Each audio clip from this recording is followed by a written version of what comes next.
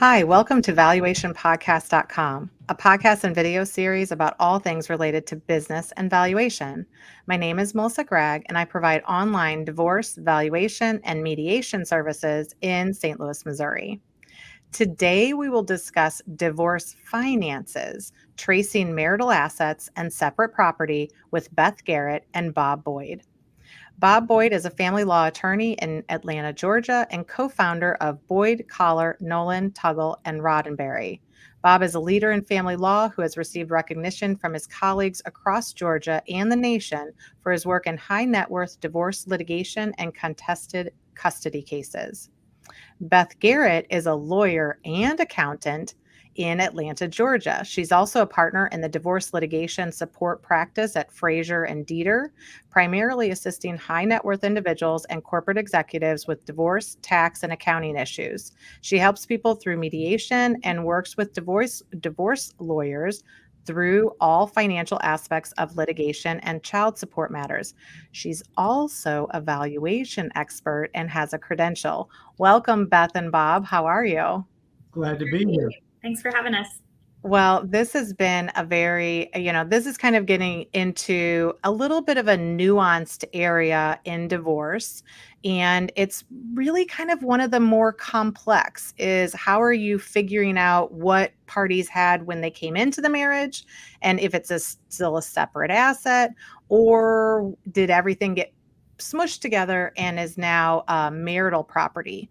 But I think that first getting into this is really trying to understand, is there even a difference? Like, what's the difference between separate and marital property and divorce?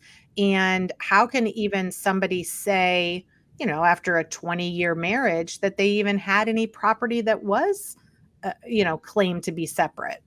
So I don't know who we want to start off with. Maybe our super accountant lawyer valuation person, but can you kind of give us an idea of what the difference is?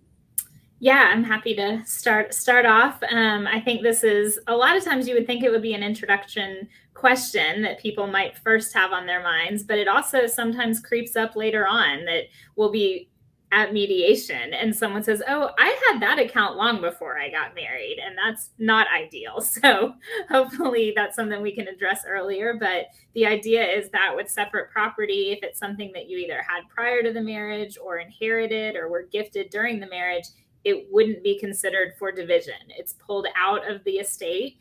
And it's not something that when we're talking about property division that it's going to be divided that you would share with. So that's why it's important is a lot of people want to take that off the top. And I think it is something that the length of time definitely can complicate matters, but just because it's been a long time doesn't mean that it doesn't exist anymore.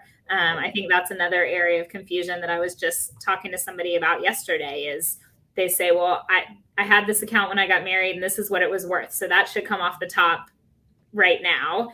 And that can go two ways. It's either, no, it's actually could have grown a lot. So it could be a lot more, or does that account even exist anymore? Did you spend it? Is it gone? So that's kind of where we have to start digging in to figure out what is separate and what is marital.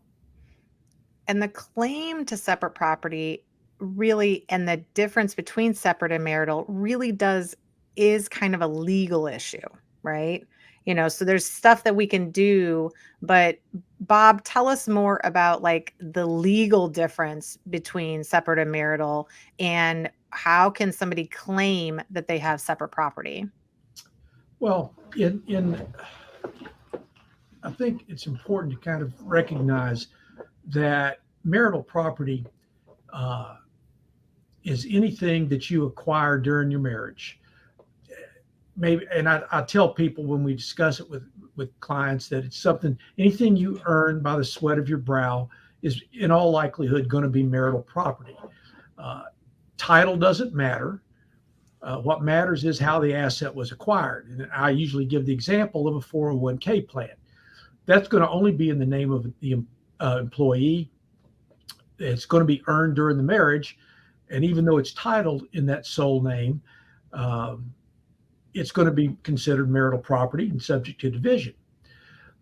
So I think that's important to note. Now, sort of in an opposite way of looking at it, title can become very important with separate property, because Beth's job becomes much easier if someone has maintained the integrity of an asset during the marriage by first keeping it titled in their sole name, and second, not commingling it with money that's been earned during the marriage.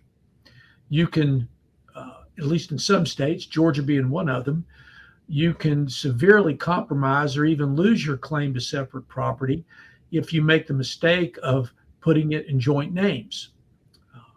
So title can be, you have to be cognizant of the idea of title when you're doing this analysis. Well, and realistically, what people most of the time would be able to understand separate property would be like an inheritance. Or sometimes people are even discussing like the engagement ring. Was that a gift? Was it not a gift? Things like that. But